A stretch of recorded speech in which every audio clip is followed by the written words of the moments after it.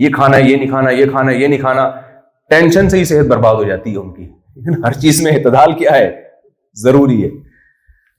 تو وہ ایک ڈاکٹر ہے ہمارے یہاں، ان کے کلپ بہت آتے ہیں، بہت زیادہ صحت کے بارے میں نا، یہ کھائیں پھر یوں کھائیں پھر ایسا کھائیں پھر یہ والا وٹامن. تو نیچے ایک سردار جی ہوتے ہیں نا سکھ، اس نے کمنٹ کیا. اچھا وہ ریسرچ، بڑے ریسرچ پیپر بھی ہوتے ہیں ساتھ ساتھ، امریکہ کے ڈاکٹر کی یہ ریسرچ ہے، وہ تو آدمی اور پاگل ہونا شروع ہو جاتا ہے یار، یہ ہر بات ریسرچ سے کر رہے ہیں.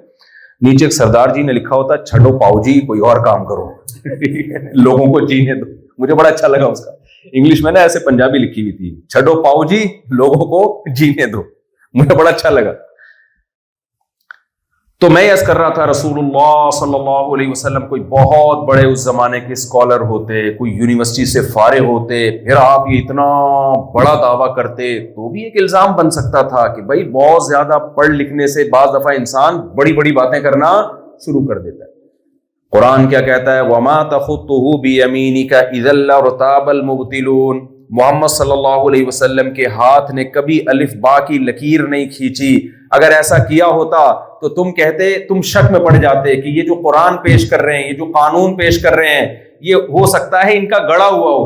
اللہ کہتے ہیں جس شخصیت نے الف اور با کبھی لکھا نہیں، جو الف اور با کا فرق نہیں جانتے، وہ اتنا زبردست ضابطۂ حیات کیسے پیش کر سکتے ہیں؟ ایسا قانون محمد صلی اللہ علیہ وسلم نے پیش کیا 1400 سال کے بعد. اگر جاپان والے نجات چاہتے ہیں اس ٹینشن میں جس میں یہ پڑ چکے ہیں، اس سے نکلنا چاہتے ہیں، تو ان کے پاس بھی اس قانون کے علاوہ کوئی آپشن نہیں ہے. سب کچھ ہونے کے باوجود بھی میں جب بعض حالات سنتا ہوں تو حیران ہو جاتا ہوں، جو دیکھتا ہوں حالات حیران ہو جاتا ہوں. کتنے پاکستانی ہیں اپنے بچوں کو یہاں لانے کے لیے تیار نہیں ہیں. ابھی ایک صاحب کہہ رہے تھے یار اسلامک اسکول بنے گا تو میں بچوں کو لاؤں گا، ورنہ نہیں لا رہا میں. بچے ہاتھ سے کیا ہو رہے ہیں؟ نکل رہے ہیں. ایسے اخلاق کا کیا کرنا ہے بھائی؟ جب انسان اپنے باپ کو نہ پوچھے، اپنی ماں کو نہ پوچھے، اپنی بیوی پہ خرچ نہ کرے، اپنی بیٹیوں کی فکر نہ کرے، یہ تو انفرادی زندگی ہو گئی نا انسان کی. آپ بتاؤ، انسان کو اللہ نے خاندانوں میں پیدا کیا، یہ ایسے ہی جیسے جو گھوڑے گدھے ہوتے ہیں، بکرے ہوتے ہیں. بکرے کو پتا ہوتا ہے اس کی اماں کون ہے ابا کون ہے؟ بولے نا بھائی، کیا پتا ہوتا ہے اس کو اس کے ابا کون ہے، اس کی اماں کون ہے؟ بلی کتنے شوق سے اپنے بچوں کو پالتی ہے، کتنا خیال کرتی ہے، اپنے سے طاقتور جانوروں سے لڑتی ہے. کیا بلی کے بچے اپنی ماں کا احسان مانتے ہیں؟ بولو نا. میں تو مرغیاں پالتا ہوں، مرغی اس قدر طاقتور ہو جاتی ہے اپنے بچوں کے پیدا ہونے کے بعد، چیل کووں سے لڑتی ہے، اپنے سے طاقتور سے لڑتی ہے، بلی سے لڑتی ہے. حالانکہ بلی چاہے تو ایک نوالے میں مرغی کو کھا سکتی ہے، لیکن بچے ہونے کے بعد بلی مرغی کی طرف نہیں بڑھتی. کیا یہ چوزے بڑے ہو کر اپنی ماں کا حق پہچانتے ہیں؟ یہی کام اگر انسان شروع کر دے تو انسان میں اور گدے گھوڑوں اور کتوں بلوں میں کوئی فرق رہ جائے گا؟ خالی ترقی کا جو بھوت سوار ہو گیا نا ہمارے دماغوں پر، اس کو دماغ سے نکالنا ضروری ہے. سب کچھ یہ مادی ترقی نہیں ہوتی، اخلاقی ترقی پہلے ہے، مادی ترقی اس کے بعد ہے. فرعون مادی ترقی کی عروج پر تھا، اخلاقی تنزل کا شکار تھا. موسیٰ علیہ السلام مادی ترقی میں تنزل پر تھے، اخلاقی ترقی میں انتہائی عروج پر تھے. یہ بات اللہ پیغمبروں کے ذریعے ترقی یافتہ قوموں کو بتاتا رہا، مگر قوموں کی سمجھ میں نہیں آتا رہا، کیونکہ انہوں نے مادی ترقی ہی کو دنیا کی ہر چیز سمجھ لیا تھا. تو آپ کو تو چاہیے تھا میرے بھائی، جب آپ جاپان آتے تو آپ ان سے مادی ترقی لیتے اور اخلاقی ترقی یہاں بولو ٹرانسفر کرتے. کتنے افسوس کی بات ہے، آپ میں سے بہت سے لوگ یہاں آ کے جو خوبی تھی ان کے اندر، مادی ترقی بھی ایک خوبی کی چیز ہے، اللہ نے قرآن میں جگہ جگہ نعمت کے طور پہ بیان کیا ہے، اس کو بھی اللہ نے نعمت کے طور پہ بیان کیا ہے کہ یہ نعمتیں میں نے تمہیں دی ہیں. تو آپ کو چاہیے تھا بھائی کہ آپ ان سے وہ مادی ترقی لے لیتے اور جو ترقی آپ کے پاس تھی اخلاقی، وہ آپ یہاں پارسل کر دیتے. لیکن آپ نے کیا کیا بھائی؟ آپ سب کی بات نہیں کر رہا، آپ کے علاوہ کی بات کر رہا ہوں، جو بیان نہیں سن رہے. ان لوگوں نے کیا کیا؟ انہوں نے یہ کیا کہ یہاں آ کے مادی ترقی تو لے لی، اور دو جرم ان سے ہوئے. نمبر ایک، اسی مادی کو سب کچھ سمجھ بیٹھے، اور جو ان میں اخلاقی تنزل تھا اس کی بھی تعویلات کرنا شروع کر دی. میں تو سیکولر اور لبرل لوگوں سے جب ملتا ہوں نا، میں جب بتاتا ہوں یار ایسے اخلاق کا کیا کرنا ہے جس میں انسان اپنے باپ کو چھوڑ کے 18 سال کی عمر میں چلا جائے، کیا کرنا ہے ایسے اخلاق، تو بجائے اس کے کہ وہ اس جرم کو جرمانے، وہ کہتے ہیں او بھائی یہ تمہارے بکھیڑے ہیں، یہ پاکستانیوں کے ابا اماں بہو ساس یہ اس ٹینشنوں سے کیا ہو چکے ہیں، آزاد، یہ ان ٹینشنوں سے کیا ہیں، آزاد. تبھی ان کے یہاں جھگڑا نہیں ہوتا. یہ گرل فرینڈ بوائے فرینڈ کی لائف ہے، جھگڑا نہیں ہوتا. تم لوگ کے بیویوں کے مسئلے ہیں، ساسوں کے مسئلے ہیں، سالہ تو نام ہی سالے کا سالہ ہے، اور کیا بولے آدمی اس کو، سالے کو، اس کا تو نام کسی نے سوچ سمجھ کے سالہ رکھا ہے، ایسے ہی تھوڑی رکھ دیا. گرل فرینڈ کا بھائی سالہ نہیں ہوتا، وہ ٹینشن نہیں ہے وہ. تو ہمارا جو سیکولر اور لبرل طبقہ ہے نا، وہ ان کی خوبی کو تو خوبی کہتا ہے، لیکن ایسا ذہنی غلام بن چکا ہے کہ ان کی خامی کو بھی کیا کر رہا ہے، خوبی بنا کے پیش کر رہا ہے. کیا ٹینشن ہے تم لوگوں کی یار. وہ کہتے ہیں یہ جو انڈیویجولی لائف گزارتے ہیں یہی تو لائف ہے، پیسہ پیسہ. بھائی یہی اگر لائف ہے تو سکون مارکیٹ میں شارٹ کیوں ہے؟ میں تو زیادہ واقعات بھی نہیں بتا سکتا، میری ہر چیز ریکارڈ ہوتی ہے نا، تو میں تو تمیز سے بہت رہوں گا. تو مادی ترقی یہ خوبی ہے، اخلاق سے بات کرنا یقیناً ایک خوبی ہے، ہم اس خوبی کے منکر نہیں ہیں. جو ان کے اندر خوبیاں ہیں وہ تو مانو بھائی، وہ ہیں خوبیاں. نبی صلی اللہ علیہ وسلم نے فرمایا مسکرا کے بات کرنا کیا ہے، صدقہ. تو یہاں گالی سے بات نہیں کرتے، کس سے بات کرتے ہیں، مسکرا کے. اچھی چیز ہے، فالو کرنا چاہیے. لیکن یہاں ہماری ینگ جنریشن جب آ رہی ہے تو جو نعمت آپ کے پاس تھی ان کو دینے کے بجائے دو گڑبڑے. نمبر ایک، جو چیز ان کے پاس نہیں ہے اس کی بھی تعویلات کرنا شروع کر دی، اور دوسری بات یہ کہ پھر اس میں ان کو فالو کرنا بھی شروع کر دیا، یہ سمجھ کے کہ اصل ترقی یہی ہے. تو ہمارا جو لبرل اور سیکولر طبقہ ہے نا، وہ یہی کہتا ہے یار کیا ہے، کیا ضرورت ہے، ابا اماں اولڈ ہاؤس ہے نا، اتنے اچھے خوبصورت بنے ہوئے ہیں، اتنا کیئر ہوتی ہے اس میں، اور اتنی تمیز سے ان کا سارا سیٹ اپ چل رہا ہوتا ہے، اور ہماری ٹینشن گرل فرینڈ سے دور ہو جاتی ہے، تو بیوی پالنے کی ہمیں کیا ضرورت ہے، بچے کی یہ. اور بعض لوگ، میں جب سوئٹزرلینڈ گیا نا تو میں نے وہاں گاڑیوں میں دیکھا ایک ہی بندہ گاڑی میں گاڑیوں میں ایک بندہ ہی بیٹھا ہوتا ہے، بہت زیادہ ہوا اس کے ساتھ فرنٹ سیٹ پہ دوسرا. اور ہمارے ہاں جب ہم کسی تفریحی مقام پہ مری میں جاتے ہیں تو کھڑکیوں سے بچے نکل کے گر رہے ہوتے ہیں باہر، ڈگی میں الگ بھرے ہوئے ہوتے ہیں. تو میں نے کہا یار یہ ایک ہی. تو وہاں مجھے مقامی لوگوں نے بتایا کہ ہم نے ایسے لوگ دیکھے ہیں جو گاڑی جب سے خریدی ہے نا 5-5 10-10 سال ہو گئے، پچھلی سیٹ پہ کوئی بندہ آج تک بیٹھا ہے ہی نہیں. میں نے کہا یار یہ کیا زندگی ہے یار، اس سے تو وہ ٹھیلے والا اچھا ہے، گولے گنڈے والا. ہمارا گھر جاتا ہے تو بچے اس کا انتظار کر رہے ہوتے ہیں، بیوی انتظار کر رہی ہوتی ہے اس کے، وہ گولا گنڈا کما کے جو بھی تھوڑا بہت خیال کر لیتا ہے اپنے بوڑھے باپ کو، گٹکے کے پیسے ہی دے دیتا ہے وہ، اور کچھ نہیں کر سکتا. تو اللہ اکبر. تو یہ کتنی بڑی حقیقت ہے کہ ایسی تنہائی کا کیا کرنا ہے. دیکھو بہت سے لوگ میں نے دیکھے اکیلے کھانا بھی نہیں کھاتے، کہتے ہیں یار کھانا کھانے کا مزہ تو جب ہے جب 4 آدمی بیٹھے. یہ نیچرل ہے، 4 دوست احباب بیٹھے ہو تو دال کھانے میں بھی مزہ آتا ہے. اکیلے بیٹھ کے آپ پیزا کھا رہے ہو وہاں بیٹھ کے کونے میں منہ دے کے، اکیلے بیٹھ کے برگر کھا رہے ہو، اس سے بہتر وہ دال ہے جو 4 آدمی مل جل کے کھا لیتے ہیں.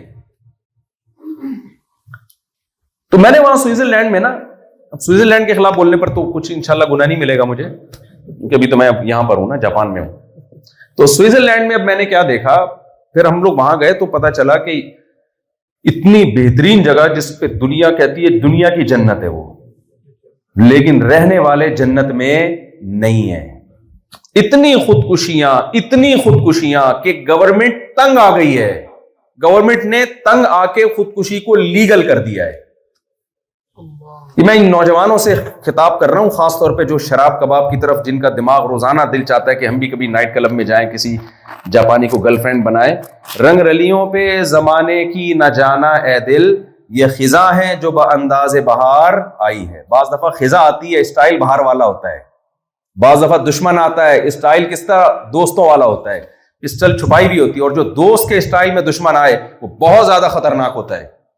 بعض دفعہ لڈو میں زہر رکھ کے کھلایا جاتا ہے. بھائی نافرمانوں کے لیے شراب کباب زنا گرل فرینڈ یہ اصل میں لڈو ہیں جس میں اللہ نے کیا رکھا ہوا ہے، زہر، تاکہ دنیا میں بھی عذاب میں ہو اور آخرت میں بھی عذاب میں ہو.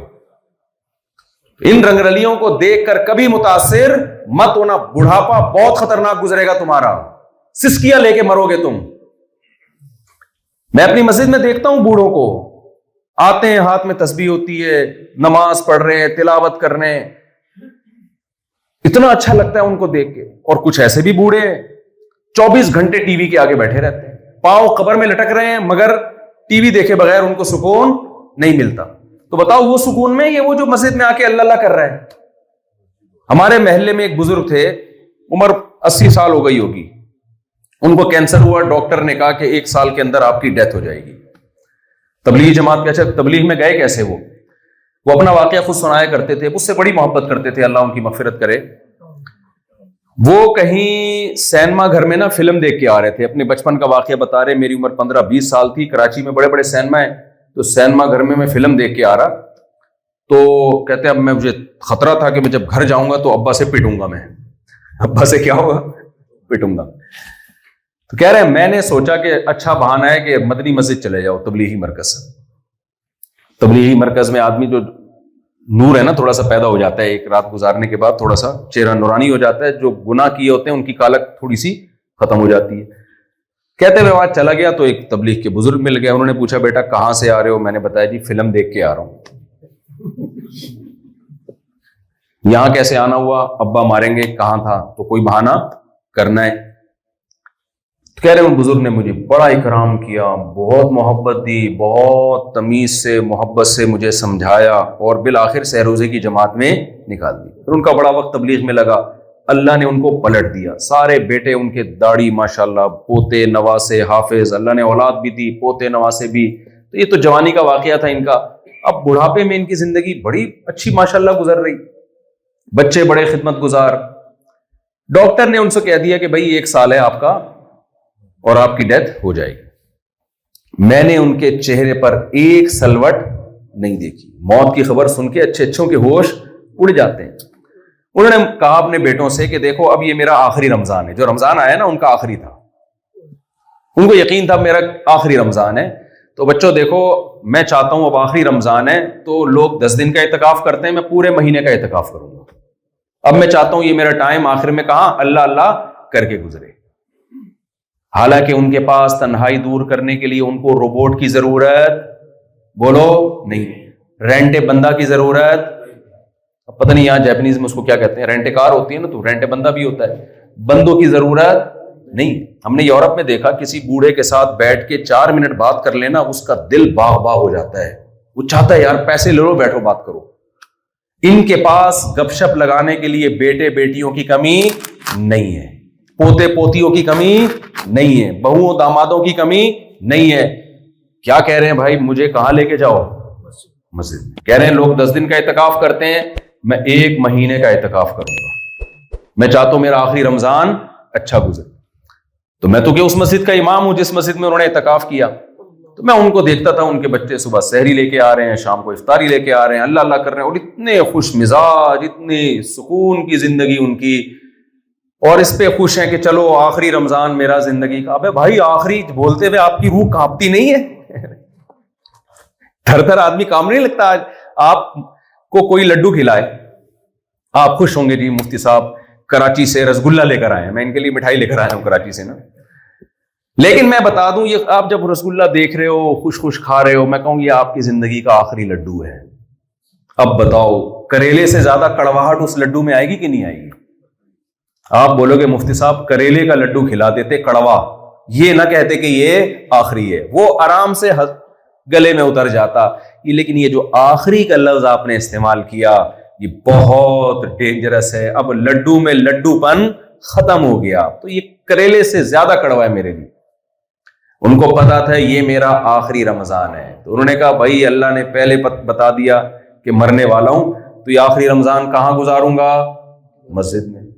تو یہ وہ بوڑھے ہیں جن کی جوانی اچھے کاموں میں گزری، ان کو بڑھاپے میں تنہائی دور کرنے کے لیے، انسانوں کو بھی لفٹ کرانے کے لیے یہ تیار نہیں ہوتے۔ یہ کس کے لا لگائی ہوئی ہے؟ اللہ سے۔ میں دیکھتا تھا ان کے معمولات، میں بھی جا کے بیٹھا کرتا تھا ان کے پاس، اعتکاف ختم ہوا گھر چلے گئے، تھوڑے دن تک بیڈ پہ پڑے رہے، اطلاع کہ جی انتقال ہو گیا۔ ہم ہی کفن دفن جنازے میں شریک تھے. ایسی موتیں بھی ہم نے دیکھی ہیں, اور ایسی موتیں بھی دیکھی ہیں کہ ٹینشن سے اپنے آپ کو گولی مار لی, ٹینشن سے ٹرین کے نیچے آ گئے. ٹینشن, اور ٹینشن کیا ہے, کمال کی بات ہے, کھا رہے ہیں پی رہے ہیں, رہنے کے لیے چھت میسر ہے, پھر بھی ٹینشن ہے. مجھے ایک صاحب کہنے لگے یہاں جو لوگ ہیں نا وہ اپنے آپ کو غریب سمجھتے ہیں. میں نے کہا جاپان میں رہ کے بھی غریب سمجھتے ہیں یہاں کے جاپانی. کہتے ہیں بھائی ان کے جو اسٹینڈرڈ ہے نا, یہ چاہتے ہیں اس خاص اسٹینڈرڈ کی ہمیں زندگی ملے. جب تک وہ نہیں ملے گی تو ہر آدمی یہاں اپنے آپ کو کیا سمجھتا ہے, غریب. میں نے کہا یہ تو ہمیں آگے دیکھے, تو ہمیں دیکھے نا وہاں آ کے ہمارے پاکستانیوں کو, تو یہ تو ہمیں دیکھ کے خودکشی کر لیں. کتنے لوگ فٹ پاتھ پہ سوتے ہیں, کیسے مزے سے خراٹے لے کے سو رہے ہوتے ہیں. میکس ایک بندہ تھا جاننے والا, وہ ٹھیلا لگاتا تھا سبزی کا. ٹھیلے کے پیسے بھی نہیں تھے, ہم نے کہیں سے پیسے جمع کر کے اس کو ٹھیلا خرید کے دیا. میں دیکھتا تھا رات کو سوتا ہے ٹھیلے پر, اور سارا دن سبزی بیچے گا, رات کو سوئے گا خراٹے لے کے اسی ٹھیلے کے اوپر, اور اتنا خوش اتنا خوش. جب آپ ملو گے, پنجاب میں مشہور ہے نا کیا کہتے ہیں, جگت بازیاں, جگتیں لگاتا تھا بیٹھ کے وہ. میں نے کہا یار اس کے پاؤں میں چپل نہیں ہے, ٹھیلا ہے, اسی پہ لائف کو کیا کر رہا ہے. وہ سمجھتا ہے میں بہت بڑا مالدار ہوں.